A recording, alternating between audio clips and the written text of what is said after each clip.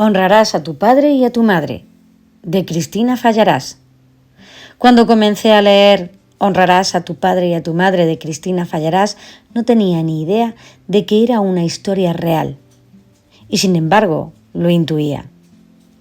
Que el personaje que narraba en primera persona se llamara Cristina como la autora era una pista, sí.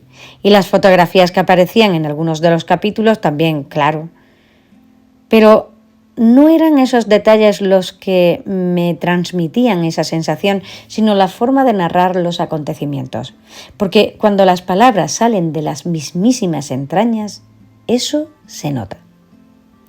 Honrarás a tu padre y a tu madre se remonta a un hecho ocurrido en los primeros meses de la Guerra Civil Española, pero no es una historia más sobre la Guerra Civil, ni por la forma, a caballo entre la crónica y la novela, ni por el fondo. Nos hace entrever los puntos de vista de los vencedores y vencidos del conflicto bélico, aunque de una forma poco convencional que nos demuestra lo crueles que pueden ser los azares del destino. Sin embargo, va mucho más allá de aquel hecho y de aquel periodo, para hacernos reflexionar sobre la transmisión generacional del trauma de la violencia política, algo de lo que se habla en todos los países, menos en España. Cristina es un ejemplo de este trauma. Ellos existen en mí a través de mí.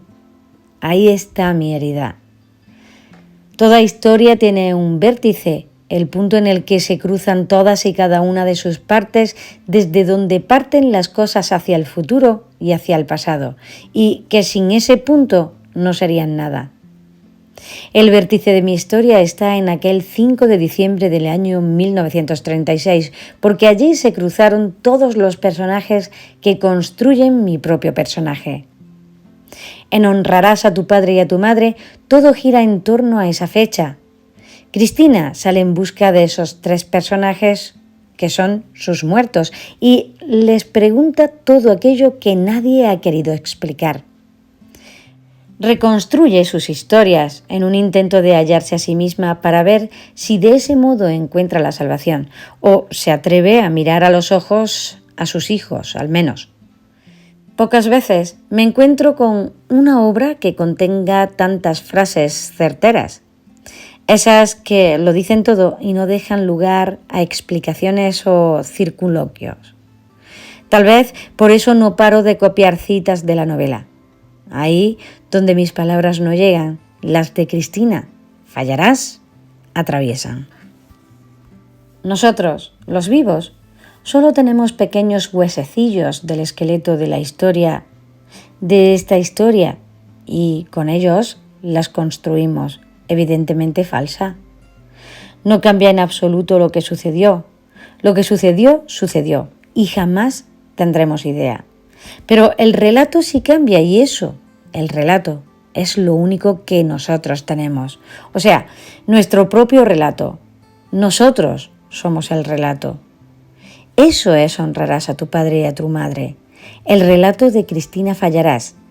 El de su familia y el de todas esas familias que han vivido, entre paréntesis, como el dolor, al igual que el silencio, al igual que la cobardía, atraviesa generaciones.